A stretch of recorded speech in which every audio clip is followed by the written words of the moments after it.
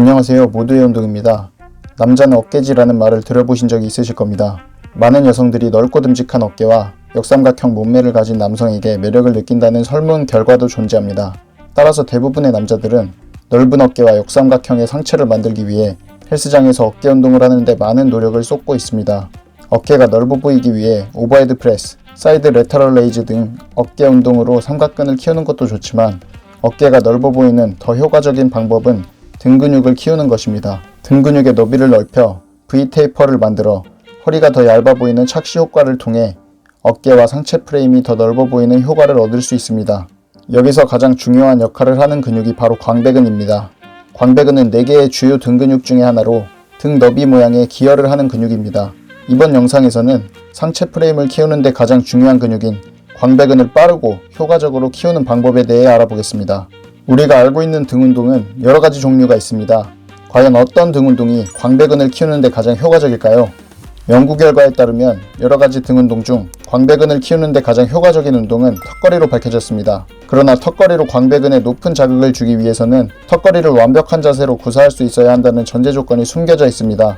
하지만 턱걸이는 결코 쉬운 운동이 아닙니다. 턱걸이는 몸무게의 영향도 많이 받을 뿐만 아니라 정확한 자세로 수행하기 위해서는 코어 근육이 상당히 중요합니다. 따라서 코어 근육의 힘이 부족한 초보자들이 수행하기에는 다소 무리가 있습니다. 우리의 목적이 턱걸이 개수를 늘리는 것이 아닌 광배근을 발달시키는 것이기 때문에 가벼운 무게로 시작할 수 있고 광배근에 턱걸이 못지않은 자극을 때려줄 수 있으며 턱걸이와 비슷한 동작을 수행하는 랩풀 다운을 하는 것을 추천합니다. 우리는 랩풀 다운을 할 때 너비를 결정하는 와이드 그립, 미디엄 그립, 네로우 그립 등이 존재하고 손의 방향을 결정하는 오버핸드 그립, 언더핸드 그립 등 다양한 그립이 존재한다는 것을 알고 있습니다.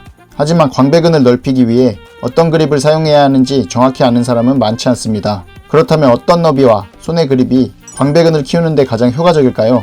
가장 효과적인 그립은 바로 미디엄 오버핸드 그립입니다.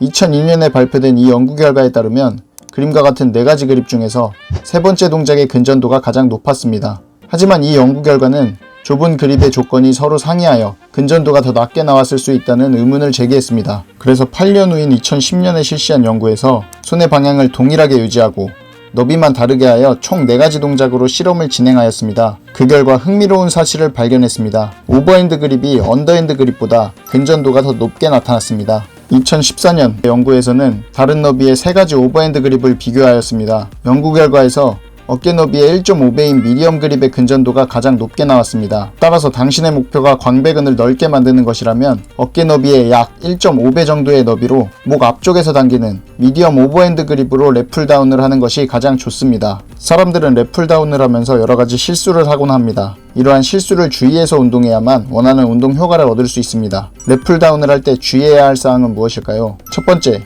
과도한 반동을 사용하는 것입니다. 랩풀 다운을 하다 보면 자신도 모르는 사이 몸을 앞뒤로 흔들어 반동을 사용하는 경우가 있습니다. 반동을 사용하면 몸을 뒤로 휘두르며 추진력을 생성하여 발을 조금 더 쉽게 당길 수 있습니다. 하지만 실제 자극을 전달해야 하는 근육이 아닌 체중으로 발을 당기기 때문에 제대로 된 운동 효과를 얻을 수 없습니다. 두 번째, 신장성 수축을 사용하지 않는 것입니다. 발을 당긴 후 힘을 풀면 무게에 의하여 저절로 바가 올라가는 것을 이용하여 운동하는 분들도 계실 겁니다. 하지만 신장성 수축을 사용하지 않고 횟수만 채우는 것은 근육 생성에 도움이 되지 않습니다. 발을 당겨 근육을 수축시키고 발을 올려 다시 근육을 이완시킬 때 자극을 느끼며 천천히 근육을 제어하면서 운동하는 것이 좋습니다. 세 번째, 동작의 최대 가동 범위를 사용하지 않는 것입니다. 랩풀 다운을 할 때 발을 얼굴까지만 당기는 사람들이 있습니다. 랩풀 다운은 팔꿈치를 아래로 내리고 옆구리를 쥐어짜는 듯한 수축을 하는 것이 중요합니다. 완전한 수축과 이완을 해야만 V-테이퍼 체격을 얻는 데 도움이 될 것입니다. 따라서 발을 가슴 위까지 최대한 당겨 최대 가동 범위를 사용해서 운동해야 합니다. 위 3가지 실수를 피하는 가장 좋은 방법이 있습니다. 그것은 바로 자신에게 적당한 무게를 설정하여 운동하는 것입니다. 적당한 무게를 사용하여 운동하면 반동을 사용하지 않아도 되고 발을 올릴 때 신장성 수축을 이용하여 근육을 제어하면서 올릴 수 있으며 발을 가슴 위까지 최대한 당겨 최대 가동 범위를 사용하여 최대의 운동 효과도 얻을 수 있고 부상도 방지할 수 있을 것입니다. 지금까지 광배근을 넓히는 데 효과적인 방법들에 대하여 알아보았습니다. 랩풀 다운이 숙달되면 동일한 원리를 적용하여 턱걸이를 실시한다면 더 넓고 강력한 등 근육과 상체 프레임을 만들 수 있습니다.